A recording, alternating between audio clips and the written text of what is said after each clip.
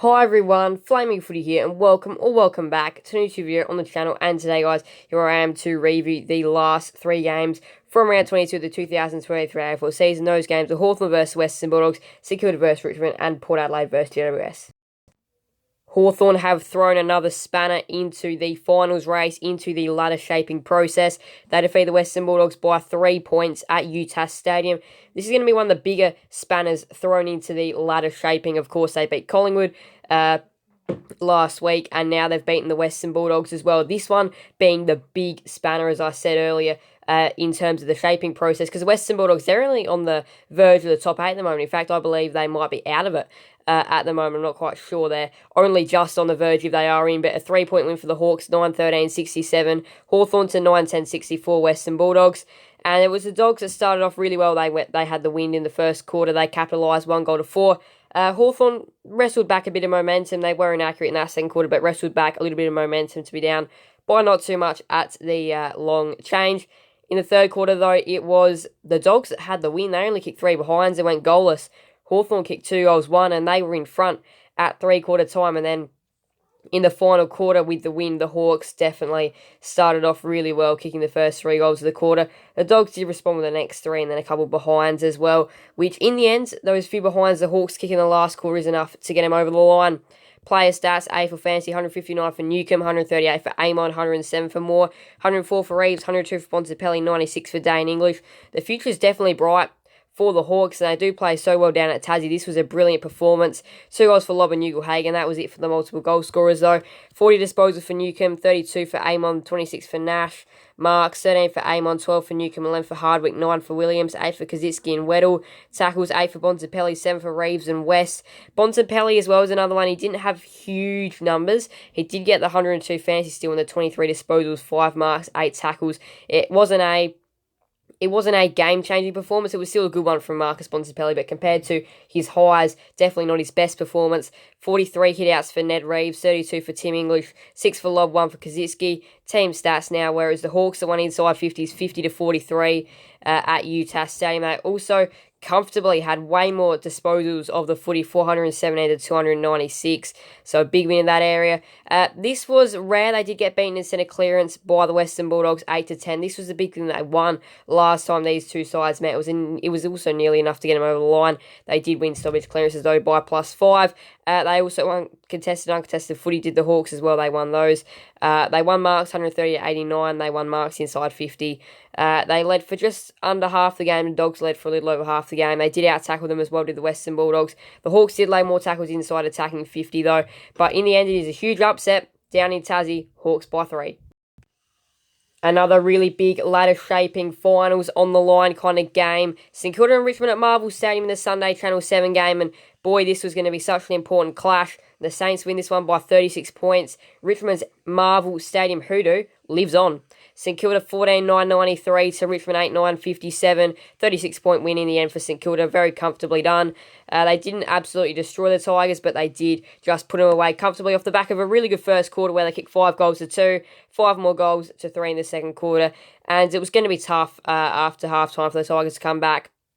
3 more goals to 1 in the third, and then 1 goal to 2. So the Tigers did win that final quarter, but in the end, it doesn't really matter. It's a really good performance here for St Kilda, which just about has them in finals, which I'll be going through the ladder towards the end of the video. 131 fantasy for Marshall, 122 for Ross, 121 for Sinclair, 109 for Nankervis, 106 for Gresham, 103 for Wanganeen Miller, 100 for Taranto, 6 goals for King. He was huge. He was the reason why St Kilda won. 3 goals for Gresham, 2 for Baker and Bauer. Disposals, 33 for Sinclair, 27 for Wanganeen Miller, 26 for Short and Martin. Marks, 11 for Wilkie, 10 for Sinclair, 9 for Marshall, Stocker, Wanganeen Miller and Broad. Tackles, 7 for Butler, Ross, Nankervis, Graham, Taranto. Hit-outs, 28 for Nankervis, 20 for Marshall, 13 for Soldo, 1 for Owens, Cordy, Pickett. Team stats now as the Saints won inside 50s, 58-48. They did a good job there. The Tigers won centre clearances 9-11. The Saints won stoppage clearances, though. The Tigers won contested footy. The Saints won uncontested footy. The Saints comfortably won in marks as well, 128-94. The Saints led for the whole game. They did lay more tackles as well, 71-56. But in the end, they did manage to find a way to pierce through that Richmond defence. Such a huge game this one was going to be, and it does get St Kilda a step closer to finals in just a huge game. Now to the game which just wrapped up not too long ago at all. Port Adelaide versus GWS was going to be one of the games of the round at the Adelaide Oval to finish off round 22. And well, we did learn a lot, to say the least, in this one. Port Adelaide 21-10, 136 to GWS 13-7, 85. Port Adelaide by 51 points. The response is there for Port Adelaide. They respond. They're not on a 4-game losing streak anymore, and it's the Giants, which are on a 2-game losing streak at the moment. They lost to Sydney last week. They've lost to Port Adelaide this week, and finals are on the line, and they're just going a little bit shaky at the wrong time. Essendon and Carlton to come for the Giants, and they're probably going to need to win both of those games to get in. But Port Adelaide, 7-3 in the opening quarter, really put it away there. 3-1 the second quarter. It was pretty much over at halftime. 6-4 in the third quarter, which the Giants did look like they were going to launch a bit of a comeback there. But then Port Adelaide did just put them away at the end of that third quarter. Again, they started the fourth quarter off kicking 3 goals in a row. But then Port Adelaide did again put them back comfortably away. And 51 points does feel like a pretty, probably what the margin should have been in the end is probably what it is. So, very comfortable win for Port Adelaide. 129 for Essie for Houston, 121 for Butters, 114 for Tom Green, 112 for Rosie, 110 for Toby Green, 107 for Jason Horn-Francis. Of course, we can see the big three, Horn-Francis, Rosie and Butters, all in there with high numbers. 4 goals for Riccardi, 3 for Horn-Francis, Rioli, Bergman, Marshall, 2 for Finlayson, Green, Burn-Jones and the other Green. 34 disposals for Butters, 31 for Green, that's Tom Green. 30 for Houston, 29 for Wines and Rosie, 27 for Horn-Francis, Toby Green, Himmelberg and Whitfield. Marks now 10 for Houston, 9 for Butters, 8 for Finlayson, tackles 6 for Rosie, hit outs 31 for Briggs, 12 for Hayes, 5 for Keefe, 3 for Lord, 2 for Brown, and 1 for Finlayson. Team stats now, where it was Port Adelaide that comfortably won the inside 50 count by 14-65, 251. They won stoppage clearance as well, 22-15. The Giants, believe it or not, won centre clearance 17-19. The Giants also won contested footy. Port won uncontested footy. Port won marks inside 50 contested marks. They led for the whole game, did Port Adelaide. The Giants did lay 2 more tackles, but a really high-scoring game to close out the round does see Port winning by 51.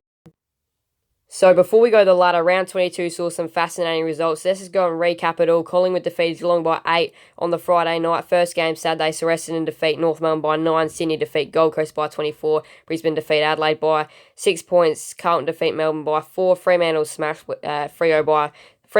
West Coast, by 101. And then, of course, in this 3-game match reviews, Hawthorn defeat the Western Bulldogs by 3, St Kilda defeated Richmond by 36, and Port Adelaide defeated the Giants by 51 to close out the round. Now to the ladder. This is where things are getting very, very, very interesting. So we don't need the live ladder, but Collingwood, they're still on top. They should finish there. It would take something.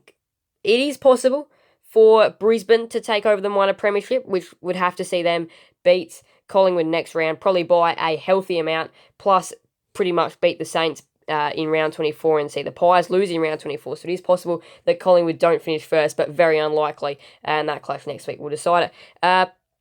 Port Adelaide are in third, and they could finish equal first, but won't have the percentage to finish first. But they did get a little bit of a percentage boost over that win against the Giants. Melbourne slid down to fourth, and they are now outright fourth as well. They've just lost touch a little bit with that second and third.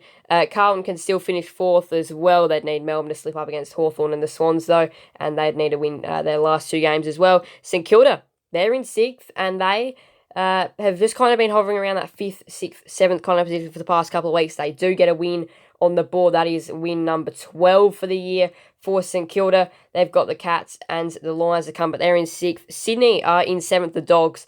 Oh boy, they're lucky to still be in 8th. They are only just on the verge of the top 8 right now.